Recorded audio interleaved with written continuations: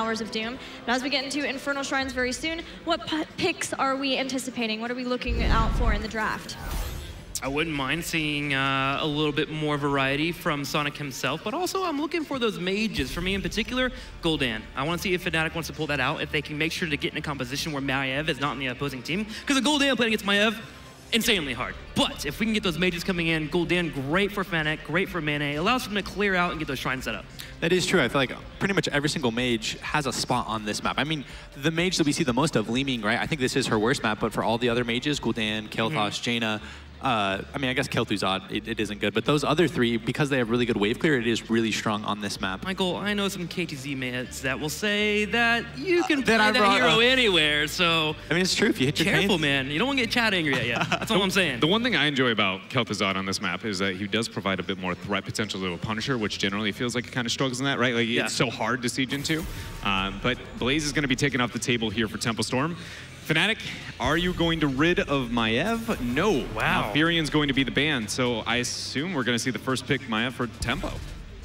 I'm excited to see Tempo Storm play on Infernal Shrines for the first time in this tournament because Tempo Storm has pretty unique setup for Infernal Shrines. We've seen both, or a lot of teams be willing to play Ragnaros or Alexstrasza, but Tempo Storm likes to play both of them together on Infernal Shrines, and I wonder if they'll be willing to do that here versus Fnatic. What do you think, Mike? I think for sure that's a big thing. I mean, I mentioned Alexstrasza last time we were on this map, and I think it's so strong just because you are able to use basically Dragon for the first 20 Punisher minions, and then you use Molten Core for the next 20 Punisher minions. And basically you're choosing 1 or 2 big cooldowns, and they get the Maiev, you know, to go along with that. I would just, wow, that is a really fast Tyrael Genji coming out for the side of Fnatic. I would be very surprised if Tempo, with their second ban, doesn't get rid of the Abathur, because that would be a absolutely terrifying comp. I'm actually kind of curious about the Alexstrasza. Going back to it, sorry about that, Dread. No, I really want to see it played by North America, because in EU we had a stint where it was played for a little bit, 2 or 3 games, didn't work out too well. The inability for her to have that burst healing is just too much. The focus fire coming in was a little bit too hard in the team fights. We would even have Punishers won, but the fight afterwards always went in the favor of the team that didn't have the Alexstrasza. So I would love to see that matchup in North America versus EU and see which is stronger when it comes to that hero. So hopefully Tempo Storm wants to pull it out. Judging by some of the play we saw into the last game and the struggling focus fire on the side of Tempo and how Fnatic was able to out-skirmish in very, you know, weaker positions and posturing. Now that we have Tyrael picked up for Fnatic, I want to see them try and avoid any more kind of all-in heroics and longer cooldowns. A lot of the last game, I felt like they could be crippled if they didn't have those cooldowns, and with how successful they were in skirmishing, always being able to trade with the opponent, I think is going to be something that with this sub here for Fnatic that they might want to adjust into their draft to better their odds at this tournament. I really want to point out that Uther pick coming out by Tempo Storm. Sorry, I know we had been mentioning the Alexstrasza, but that is a deny, right? Because going into this second ban phase, there's Abathur and Uther, and you don't want to give them Tyrael, Genji, Uther, or Tyrael, Genji, Abathur. So basically what they ended up doing is picking one, and then they're going to be banning the other. I would be very surprised to not see an Abathur ban here. I mean, I like the decision. Basically, they haven't really showed their hand, right? These are 2 versatile picks. I'm curious, ooh, the Ragnaros coming out. That means Fnatic has done their homework against Tempo Storm. That is a hero that they really love on this map. Do you feel like that Uther is possibly exploitable, though, by Fnatic with something like a Gul'dan, who would offer a lot of wave clear, shrine clear here, maybe even the Lunara that you mentioned before? Yeah, I mean, I think it is one of the natural counters. I would actually be curious, okay, let's say scenario-wise, let's say Gul'dan or Lunara is picked up in the 3-4. Would Tempo Storm maybe run a double support, go something like an Alex? I personally am not a big fan of it because I feel like they're lacking wave clear and shrine clear, but it definitely is an option and is on the table. I'm curious what Fnatic will get as well. Simply because we've heard so many times from so many people in the background that playing a range carry against Maiev is one of the difficult things to play. Lunara, it seems like if she gets caught, is going to fall in some way or some form. Granted, she'll have that speed available to her, but again, with an ETC being able to force the fight, it might be difficult for Lunara to back up. Gul'dan, I feel like it's completely off the table now from what we've heard in the past. They're going to need some kind of either A, dive to force a fight here for Fnatic, so maybe we can get a little bit more aggressive play. In the past, when they want to go for aggressive dive, they'll pick up that Karazim, but they've actually moved into the Rhaegar and the Arthas. I feel like the Arthas was kind of, you know, a very safe generic pick there for Fnatic, and talking about being able to get the force, enabling Genji and Tyrael with the smite to get a lot of track down. Rhaegar picked up, it's going to accent the health bars on the side of Fnatic here, so I feel like, honestly, it feels like this is just a bit of a slow, dated draft from Fnatic. That being said, it's like, it's a cookie-cutter, old-school composition for a reason for prioritizing some of these heroes in the manner. So I just feel like this is not catering to up-to-date meta, but I can't sit there and go like I have that big of qualms with it. I just feel like that might be a problem, as it has not been the go-to strategy for a lot of the teams here at this tournament. Well, I mean, the biggest thing for me looking at it is they've hidden their last damage pick, right? They still can pick up a Lunara or Gul'dan to exploit that or Uther. I mean, or they could even go something more dive if they wanted to, or take Centric. I personally would like to see them go the Lunara or Gul'dan since it is good into the Uther. But like you were saying, the Maiev, it is a little bit scary. But I mean, you have that beefy front line that you should be okay. And Smexy in that last game, his positioning was so good against the Maiev. I wondered. Ooh, the Malthael. And the Tychus. They are willing to burn down that Arthas. The Arthas being here also makes Maiev think twice about her engages, not want to swipe and pull the Arthas into a fight and force the engage. Will actually open up that back range carry a little bit more. So I think I agree with you. Now the more I look at it here, do you still believe the Lunara should be the way to go? Ooh, we're getting the Jaina again. Looks like Sonic's going to pull it off. I mean, Sonic showed how strong he is on this hero the other day. So, I mean, because we don't 100% know his hero pool, he could be playing the Genji. And if that's the case, Mene gets to play Jaina, and Mene is a beast on that hero. They both are really strong. I like the Jaina in the sense that she brings a lot of burst damage, just like off Arthas, it will allow them to burst. And she has decent slow sustain with that Q build. I mean, because generally, if Uther is the healer, you don't want burst damage. But I mean, I like it. Because they have so many melees, Jaina will get a lot of value. I can't help but feel like I would have liked to see a slightly different mage, but I also go with the idea that we're talking about Sonic here, right? Yeah. And the depth of the hero pool is something that kind of sits at a question mark. But I really wish that would have been like on some of the heroes we're suggesting more of like that Lunara, because again, not only because of the Jaina mixed with the Uther and kind of the problems that that can provide, but if your argument is like getting the slow and enabling those melees, they have Tyrael, they have Arthas, right? Yeah. The Jaina's a bit overkill, and it's like, well, does the damage make up for it? And the Uther says nah. So I just go, this feels like it's a bit of a Sonic problem, and why that came out here for Fnatic. Let's do it then. Tempo Storm winning game 1. Do they win game 2, Mike? I'm on the NA hype train. I'd give it to Tempo. And Trixler? Looking at the matchups, I actually think I lead in Tempo Storm a little bit more. I think the control is great for them. They have the Odin, which is great on Infernal Shrine, and Maiev, you can't ignore her. She's been too strong this weekend. Dread. I'm in the same department, and I'm not afraid. Tempo showed they can macro, so they can win the team fight, and I think that it's not like they're going to get out macroed in this game. I give it to Tempo. Yeah, there is just about nothing to interrupt Mosh Pit, so that sways my vote for Tempo Storm. Looks like a sea of blue here at the desk. Has Tempo Storm made you change your mind and give them more votes? It looks like, yes, that's incredibly close as the chat votes continue to roll in. You can always continue to vote. But let's head over to the casting desk now with Vandy and Kaldor to get game 2 underway. I'm not angry at him. I'm disappointed. And we're done. Done and done. Drop the mic right now, but I'm also a fan of Tempo Storm's draft leading into this one. They got what they wanted out of it, and they're on some serious comfort picks. Yeah, it's definitely a draft that is a bit unorthodox for Fnatic, but there's also a bit of a surprise waiting for our analyst panel when they see who plays what. For now, for Tempo Storm, to the left, we have Glorang on Malthael, Fan on Tychus, Cattle on ATC, Psalm on Maiev, and Uther played by June. Ladies and gentlemen, give it up for Tempo Storm! Don't forget to keep that noise going for the Europeans with Fnatic on the red, with Breeze playing Tyrael, Sonic on the Genji, Mene playing Jaina, Bad Benny on Arthas, and Smexy playing Rhaegar.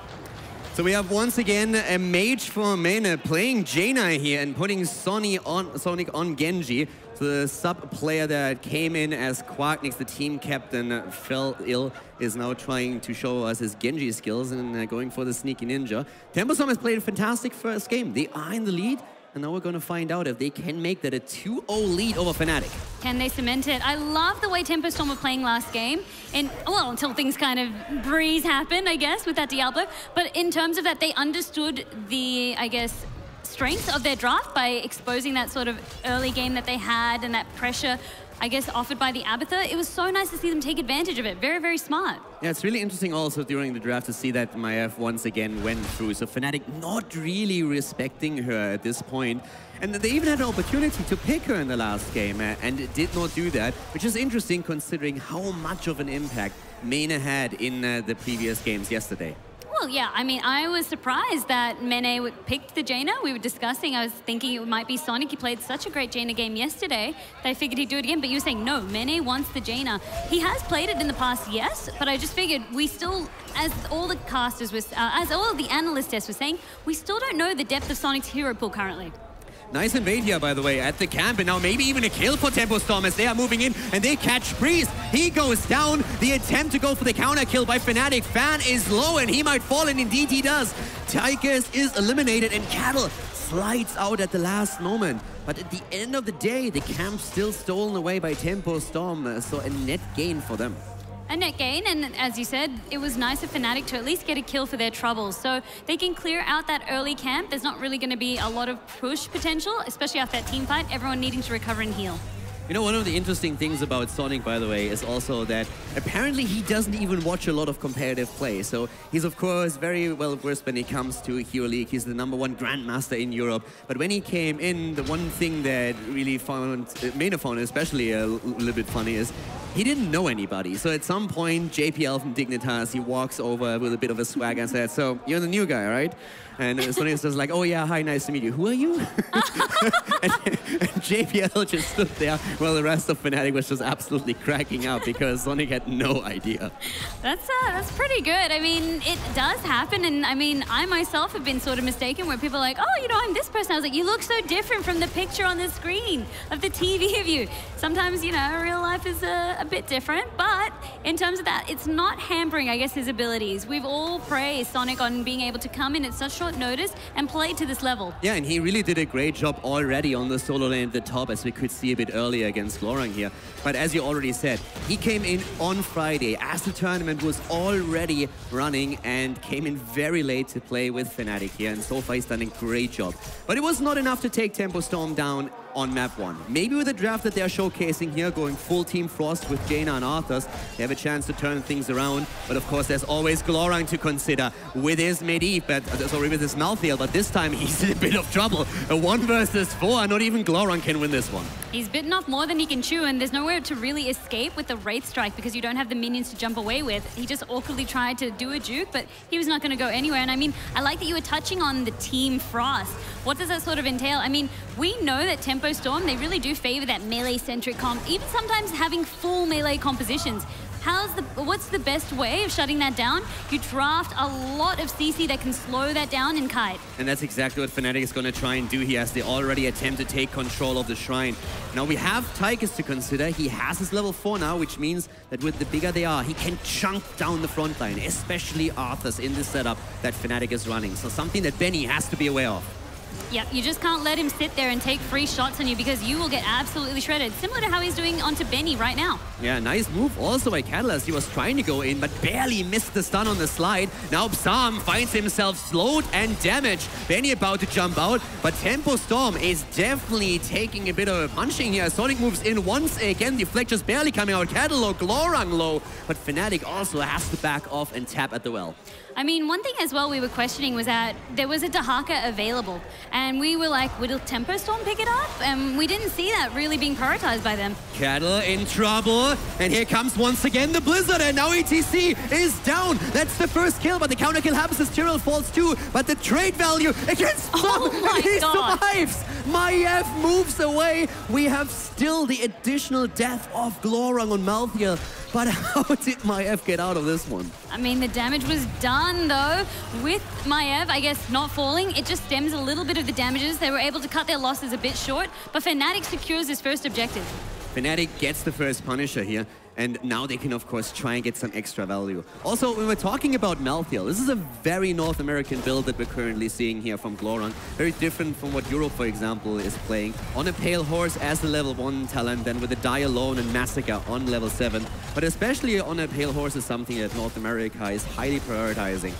Fnatic now with the attempted push up at the top, and in the meantime we have them splitting out on the map. Sonic is playing it safe in the mid lane, currently soaking experience there against Tychus, and we see Tyrael at the bottom of the map. So Fnatic triple soaking the lanes while still getting a bit of value out of the Punisher to the top against the structures. It was a really nice Punisher to push with as well. That Arcane Punisher, very, very strong. However, in the early game with such a limited health pool, there's only so much you can do with it. Definitely, you can see it reflected in the experience that Fnatic has. It is there, but it's not a huge one. It's just like they sneezed and just got a little bit out of it, like, achoo. Yeah, getting a little bit of extra experience here. Alrighty, so if we turn our attention into that middle lane as well, you can see that Khazra camp pushing on up. I like when the camps are available, Fnatic are not afraid to take them, and that's similar to what Tempo Storm were doing in the last game. Anytime we saw the Sapper camp available, with how much wave clear they had, they were so happy to take the camps and use that constant pressure.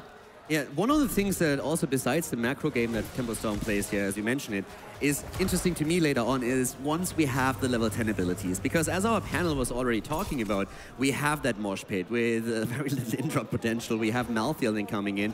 How is Fnatic going to play that? We have Ring of Frost, very typical for the European meta. You try to go for the burst damage, whereas North America is going way more into water elemental plays. And outside of that, you have very normal heroic abilities for Fnatic. But now when you look at Tempo Storm, Odin secure the shrines, having Malthael here with the Tormented Souls as well. And then on top of that, the Warden's Cage and, of course, the Mosh Pit combo with the Divine Shield. Very scary synergy for Tempo Storm. It is, and I mean, yesterday when we saw Glaurung pick his Malthael, he took on Last Rites. This is him adapting, like you said, looking at what Psalm wants to do, being like, how can I achieve maximum damage and help you out? How will we get better synergy out of this team composition? And that's exactly why he's changed it up for today. Glaurung is a very, very confident Malthael player. He's played him 10 times this year so far.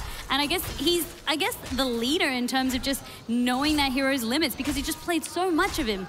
Yeah, Malthael is one of those big differences between Europe and North America, where Europe just doesn't really have as much of a priority. But Glaurung has been talking about it, that he feels even after the changes to Malthael, he is still strong, and he would argue that he's even stronger than before. So this is something he can showcase right now. We also have a bit of a change, by the way, on the build for Tyrael. We've been talking about Swift Retribution in the last game, and Greymane was a huge part of the composition that Fnatic played. This time we have Reciprocate taken, which is way more common, at least in Europe, when we talk about Tyrael builds. So changing it up a bit, just simply because of the composition itself caters more towards the talent. Yeah, both teams, they're looking at what they're facing and they're saying, all right, how can we get the best advantage of our talents? And that's exactly what they're there for, Kaldor. So it's a really nice pickup by yourself. Also, by the meantime, we have nearly a completed quest on level 1. Well, there we have it. Already Jaina being done with the Fingers of Frost here. And that is, of course, going to increase the damage output that we're seeing on Mena's side. And that one-shot potential is definitely there. So June needs to be careful. That Divine Shield is going to be such an important tool in all of the fights to come, because he needs to be ready when Fnatic is attempting to go for the kill.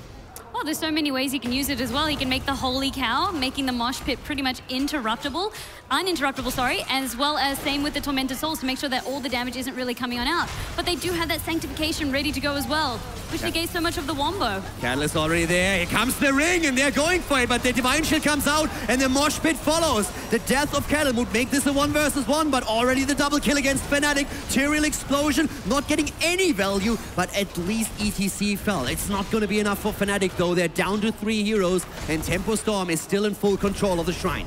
These fights are being decided just by the tiniest of margins. I'm getting so worried. And I feel like if they didn't have the Tyrael in their draft, Fnatic would be in such a world of trouble.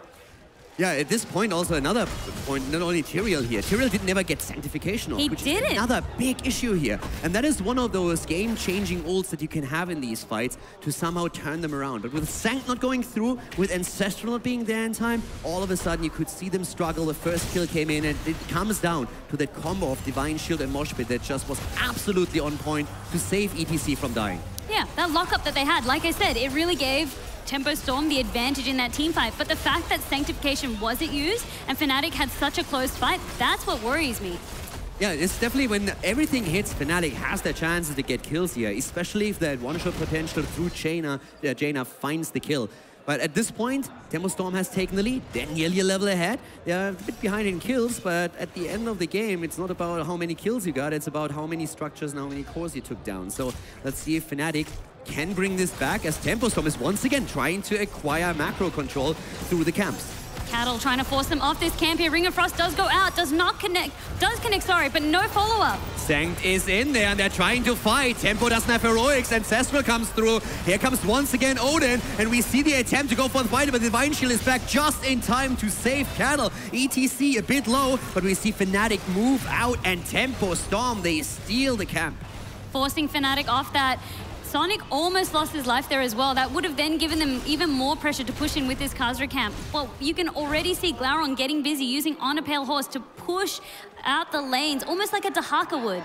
Yeah, and also Sonic never really got into a position where he could work with his own ult here too much. For Tempo Storm, it was actually a close call on a lot of these cooldowns. They were still on cooldown when the fight started. A lot of them came offline just in the nick of time for them to be utilized. But now we have still at 1 level lead, and it's all about the next shrine. Once that we have Tempo Storm hitting 16, Fnatic does not want to engage into these team fights. And this could really snowball out of Fnatic's control.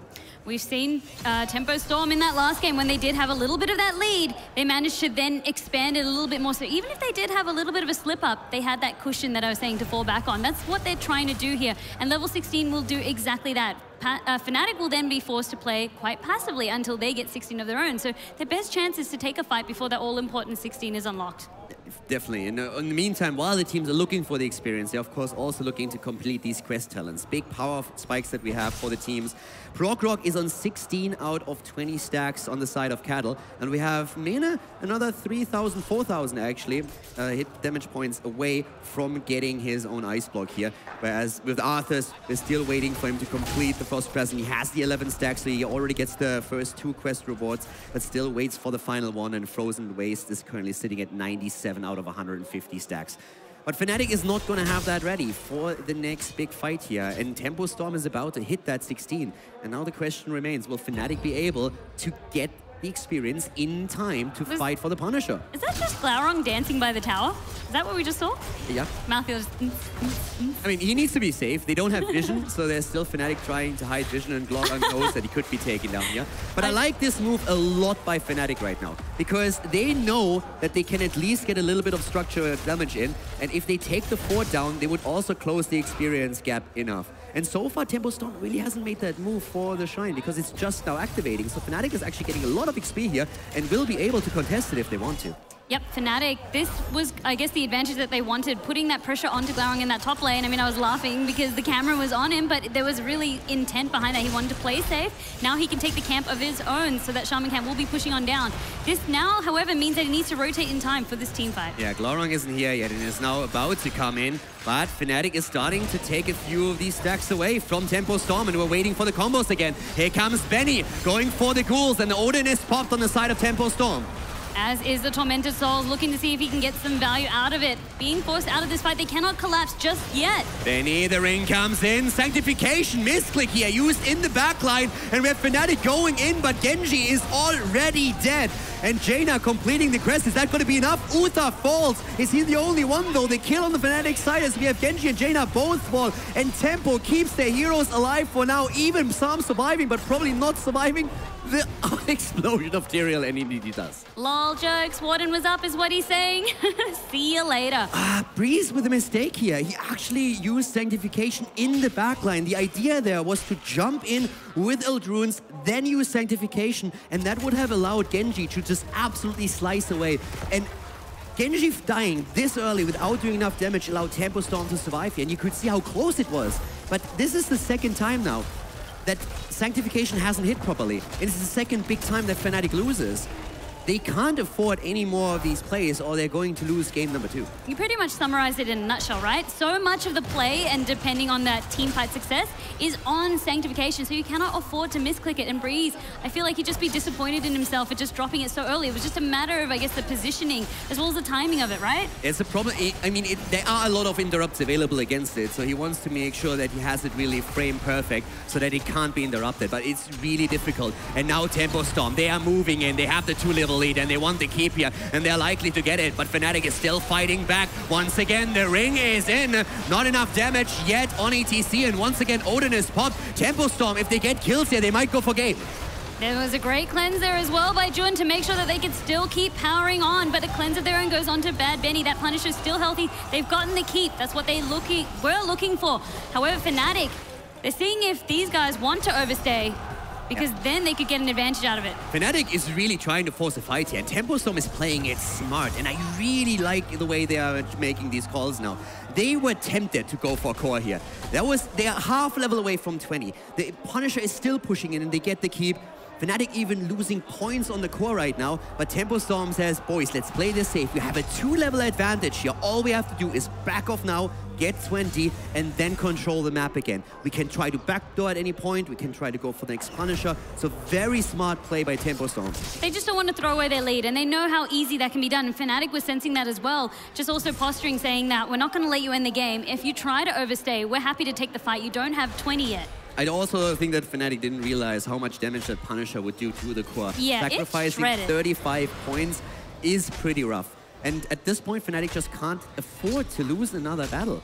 And again, I have to once more state that Tempo Storm's decision-making here was spot on, and that is not something we've seen from North American teams at past offline events a lot. So I really like the way that they are playing the safe and just making sure that they are running the next few team fights with a big advantage. Not engaging, not forcing anything, just saying, boys, let's play the safe, wait a little bit longer, and once we have Storm Talents, we'll control the map. Talking of playing safe as well, Glaurung, he's always just been so safe. After that first pick in the early game, I guess he's just been so much more careful, trying to read the map, see what he can sort of push, and he's been using the Fog of War so effectively to arrive late in those team fights to open up with the Tormented Souls, meaning that I guess it gives him more window of opportunity to try and catch him unaware. Yeah, Arthurs is scouting out what's happening here. They're still trying to force a bit of a battle. Fnatic at some point will have to force a disadvantageous fight. And they showed in the last game already that they can pull it off. Benny with a flank coming in from the side. They're trying to go for Cattle. Cattle is low and he is down. ETC is dead. Fnatic not giving up here. The cage comes out and Breeze this time with the sanctification that they needed. But Glaurung is in the backline and this fight is not over. Once again, here comes Genji. Tyrael is down. Can they get enough damage in? They can. Malthael falls and the doublers. Uther dies as well. Sonic, he's a beast. He pops off. He gets the second kill. They take them out. Uther gonna be back in a moment, but Jaina is already dead and Tempo Storm is not done yet. Fan, the big red button is not enough and he dies. Malthael is back to business. Smexy is low. He's trying to keep Bad Benny alive. June is low but still in play and Glaurung on the chase. Benny once again with a quick attempt to lock him down and he's able to move out. But oh my god, what a fight! That was such a good fight for Fnatic. Finally, things went in their favor. We could see with the Genji resets, once one fell, that's all it really took. The rest of them crumbled like dominoes before him. Glaurung forced to use No One Can Stop Death to come back in time to really stall and, I guess, stem any further losses that they might have had. Him using his 20, him using his Storm Talent saved Uther. June died. He already used his 20. He already had to, in this case, burn the cooldown of his level 20 Talent of Redemption. And I mean, without Malthael, he's just gonna die once again. And barely did Benny survive there. If Malthael chases him down and we have another staggered death on Fnatic's side, that could have been lights out. But with all those kills, Fnatic has taken the experience for level 20, and now it all comes down to this shrine up at the top. Fnatic, with that team fight, caught right back up, so it's still anyone's game. However, what's in, I guess, not their court is the fact that they've got that constant catapult pressure down in the bottom lane because of the keep awarded. The shrine is in that top lane. And Smexy needs to cancel the B, and he does. Because Tempo Storm was playing with vision. I really like that. But at this point, Glaurung is going in. They need the Divine Shield for him in a second if they don't pay attention. Big Bad Battery is used. Fan with the damage output. Benny in the middle of things, in the thick of things, trying to survive here. Mene, the damage comes in as he uses Blizzard once again. Here comes ETC, popping his ult, but also Sonic is trying to slice and dice away against the hit point pool of Tempo Storm. They're going in. Here comes the tether. Arthurs is down. Tyrael is dead. And Sonic himself is about to fall here, barely dashing out, but Tempo Storm, they go in and get the double kill. It's so unfortunate the Ancestral Heal by Smexy was so well connected with Sonic, but they just didn't have enough damage. They wanted that one reset, and you could see how much Jun on that Uther was stalling that, making sure that they got enough healing to prevent that. It really hampers Genji if he can't get that kill. And right now, Fnatic just pushing out the bot lane. They are waiting for Tyrael to come back. They are waiting for the front line, for Arthurs. But they're trying to make sure that there are no catapults pushing through the bot. And Tempo Storm now, they are, of course, in a position where they are trying to end the game. They want to finish this. They have an Arcane Punisher. It doesn't get any better than that. They don't just have an Arcane Punisher, they have John Cena, and this is NA. They're getting like NA forces on their side now. Yeah, right now we have Sonic trying to bait him in. Actually, really smart play here by Sonic, buying a little bit more time. That was fantastic on his side, making sure that they have more time for Tyrael and Arthurs to come back. So a smart little play by him, moves out, doesn't risk too much. Glaurung was already trying to catch him in the rotation, but that didn't happen. That keep is gonna fall. The question is, will the fight go to Tempo Storm? Will they be able to finish the game here? The chances are good that they will end it, but Fnatic is here to fight once again. Sam trying to see if he can make a play. The Ring of Frost does not connect with anyone that they can collapse onto. Jun, he's happy to heal himself up in that lane, but that Arcane Punisher, he's marching towards that core now. Sonic in the backline right now, already the stun against Breeze, he needs a sank. He goes in, he's trying to not drop it just yet. They need the position for it. The Punisher is also still there. He drops the sank just so that they can try and defend, but Smexy is down as Maiev goes in, and this is going to be game number 2 as we have Tempo Storm taking Fnatic down on Infernal Shrines.